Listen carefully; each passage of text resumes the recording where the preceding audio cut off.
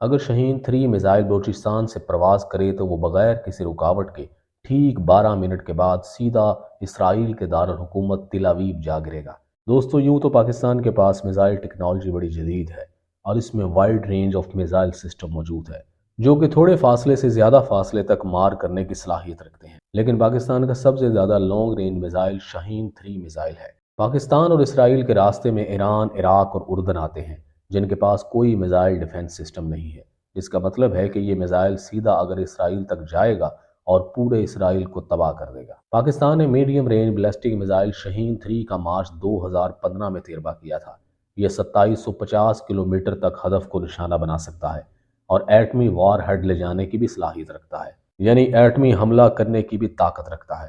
پاکستان کا شاہین 3 میزائل آواز کی رفتار سے 18 گنا زیادہ تیزی کے ساتھ سفر کرتا ہے، جو 21,468 کلومیٹر فی گھنٹہ بنتا ہے۔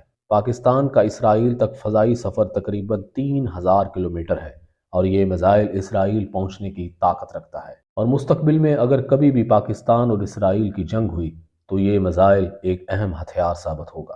پاکستان نے یہ میزائل بھارتی اگنی 3 کے مقابلے میں بنایا تھا۔ 2500 کلومیٹر رینج والے میزائل شاہین 2 کو موڈیفائی کر کے شاہین 3 میزائل بنایا گیا تھا۔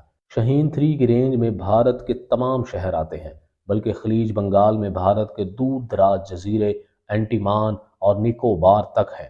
یہ دونوں جزیرے بھارت کے لیے اسٹریٹجک اہمیت کے حامل ہیں۔ شاہین 3 میزائل بنائے جانے کے بعد بھارت کے انڈیمان اور نکوبار جزیروں سے بھارت کی سیکنڈ سٹرائک کرنے کی صلاحیت ختم ہو جائے گی، اور اگر دوسری طرف شاہین 3 کو اسرائیل کی جانب داغا جائے تو یہ تل ابیب تک پہنچ جائے گا۔